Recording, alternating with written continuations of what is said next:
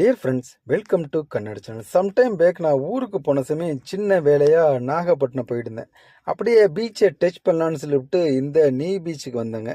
நாகப்பட்டினத்தில் 2 பீச் இருக்குது. ஒரு பீச்சு நாகப்பட்டினம் லைட் ஹவுஸ்க்கு பேக் சைடில் இருக்குது.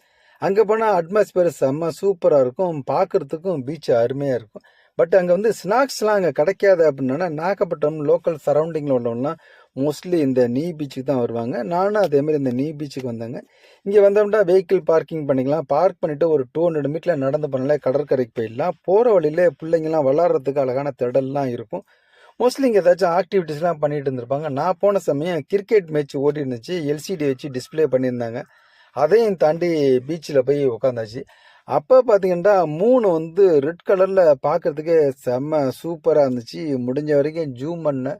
எவ்வளோக்கு எவ்வளோ ஜூம் பண்ண முடிஞ்சோ மேக்ஸிமம் ஜூம் பண்ணி பார்த்தேன். அதுதான் நீங்கள் பார்த்துக்கிட்டு இருக்கிறீங்க.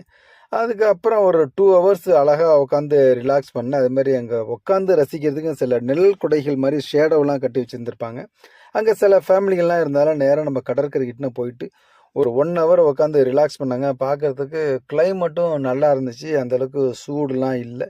ரிலாக்ஸ் பண்ணி முடிச்சுட்டு அங்கேருந்து கிளம்பி வந்துட்டேன். உங்களுக்கும் நாகப்பட்டினம் சைடு போகிற வாய்ப்பு இருந்துச்சுன்னா அழகாக ஓல்டு பீச்சுக்கும் போயிட்டு இந்த நீ பீச்சுக்கும் போயிட்டு என்ஜாய் பண்ணிட்டு வாங்க. மேலும் வேறு ஒரு இன்ட்ரெஸ்டிங் வீடியோவில் சந்திப்போம். Thank you friends.